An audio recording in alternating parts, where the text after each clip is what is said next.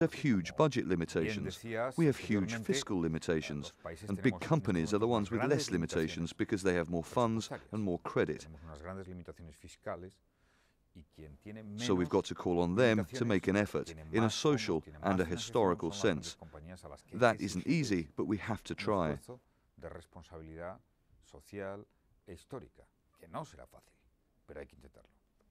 Do you think you are going to be able to guide Spain out of its current crisis? You are still waiting for the banks to come through with a workable plan to rebalance their balance sheets. And your banks are heavily indebted to a property sector that is still going down. On the other hand, you have the ECB in Germany taking an extremely hawkish line on interest rates. And if those rates go up, that is going to magnify your problems. How much control and how much leeway do you have right now to save the Spanish economy? Sí, seguro que vamos a salir de la crisis económica. I am sure we will get out of the financial crisis. The economy has already started to grow. We're making large reforms. We're reorganizing the economy. We can guarantee the stability of the financial system, which has held up very well throughout the financial crisis. The Spanish system has a good method of regulation and it's secure. Our big challenge is to complete all the necessary changes. We've almost finished making the fundamental reforms, so now our challenge is to create jobs again, to generate confidence. That's the big challenge. But the stability of debt, the stability of growth, the fact that there's no going back from the recession, and the stability of the financial system, I can guarantee all of those. Now what we've got to do is finance the recovery, boost growth, and create more jobs, which is our main problem. It's been a tough battle. But day by day, we are winning. To Bangladesh now, where the former Nobel Peace Prize winner Muhammad Yunus has refused to relinquish his post as managing director of Grameen Bank. Now, you've probably heard of Yunus, the father of microfinance, they call him. He set up Grameen Bank to offer microloans to millions suffering in poverty in Bangladesh and beyond. But now the government wants him gone. Charles Stratford explains why. He's known as the banker to the poor and won a Nobel Peace Prize 5 years ago.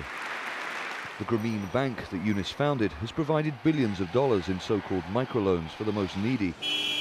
The following allegations first aired in a Norwegian TV documentary that he was involved in tax dodges. The Central Bank of Bangladesh wants Yunus sacked. He was cleared by a subsequent Norwegian inquiry and he continues to deny accusations. But despite that, the Bangladeshi government has launched its own inquiry. And it's not just about money. The central bank claims his age is another factor. He's 70, that's 10 years over the legal age for a managing director of a commercial bank.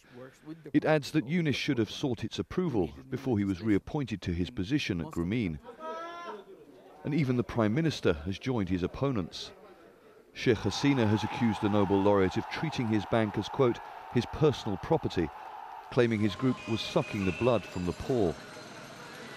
All this has come as a shock to many of his supporters. They claim he's being targeted because of an attempt to set up a political party when a military-backed caretaker government was in power. But as the legal battles go on, Yunus is staying at the bank that's changed the lives of millions and made him famous around the world. Now, finally this week, the saying goes that the sequel is never as good as the first, but that didn't stop Apple relaunching its iPad tablet computer only a year after creating it. In the end, it wasn't anything major. Version 2 is thinner, it's twice as fast as its predecessor and has 2 inbuilt cameras. All expected changes and nothing terribly earth-shattering. The big news was the man who presented it to Apple's legion of fans in San Francisco and beyond. Tarek Bazley has the story. A surprise return and a standing ovation. We've been working on this product for a while and I just didn't want to miss today. So. Thank you. Unsubstantiated tabloid reports said Steve Jobs, the founder and inspiration behind Apple, had 6 weeks to live. In the last decade, the 56-year-old has survived pancreatic cancer and undergone a liver transplant.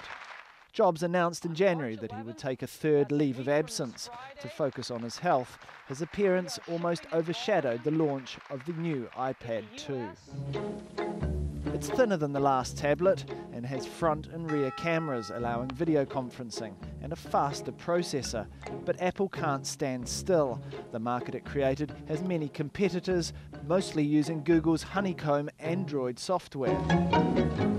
The tablet market is expected to sell more than 50 million units this year and 200 million by 2015. Apple sold almost 15 million iPads in the 9 months to 2010, almost 3 times what many analysts had expected. It could sell 30 million units this year, making it $20 billion in sales. And perhaps in a sign of things to come, Apple's smartphone market share is slowly shrinking. According to Nielsen statistics for the last quarter, Google's Android operating system accounted for 28.7% of smartphone sales in the US, surpassing Apple's market share with a jump of more than 7% from the previous quarter. Both are behind BlackBerry. Critically, while Apple's operating system only works on an iPhone, Android can be used on several different handsets and devices. Google's brilliance here is that they win if there are more people on the internet. That's it. It's as simple as that. Everything they do is through that prism. So what they've done is to create a very viable operating system, the thing that runs the hardware, for both smartphones and now with Honeycomb, the latest version of Android, with an operating system that runs tablets. Another uncertain factor in the Apple equation is Steve Jobs himself. Despite some shareholder nerves over the company's future success without Jobs, many analysts believe there are others to carry on his work from the top down. They seem to be very much bought into the message of Apple, the culture of Apple, they know what Apple's trying to accomplish in the grander scheme of things. So I think that they've done such a good job at permeating this culture into the people that it hires that they know where to go next. They know what the vision is. They're bought in. Apple is still considered the gadget leader, but its competitors are slowly starting to muscle their way into one of the world's most lucrative industries. And that is just about it for this week. Do check us out online though. Start at aljazeera.net/English. Click the business tab at the top and follow the links to the Counting the Cost page for blogs and episodes in full. And then when you want to get in touch, get tweeting. At KamalAJE is where you'll find me on Twitter. Please send in your thoughts or questions you've got about the show, or just say hello if you like. But that is it for this edition of Counting the Cost. I'm Kamal Santamaria from the whole team. Thanks for joining us. The news on Al Jazeera is next.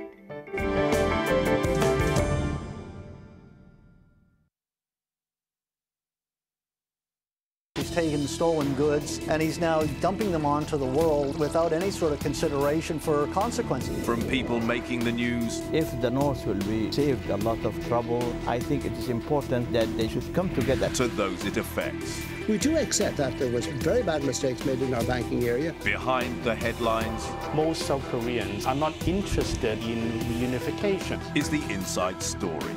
At this time on Al Jazeera. As protests, violence, and the call for political reform spreads across the Arab world, Al Jazeera's in-depth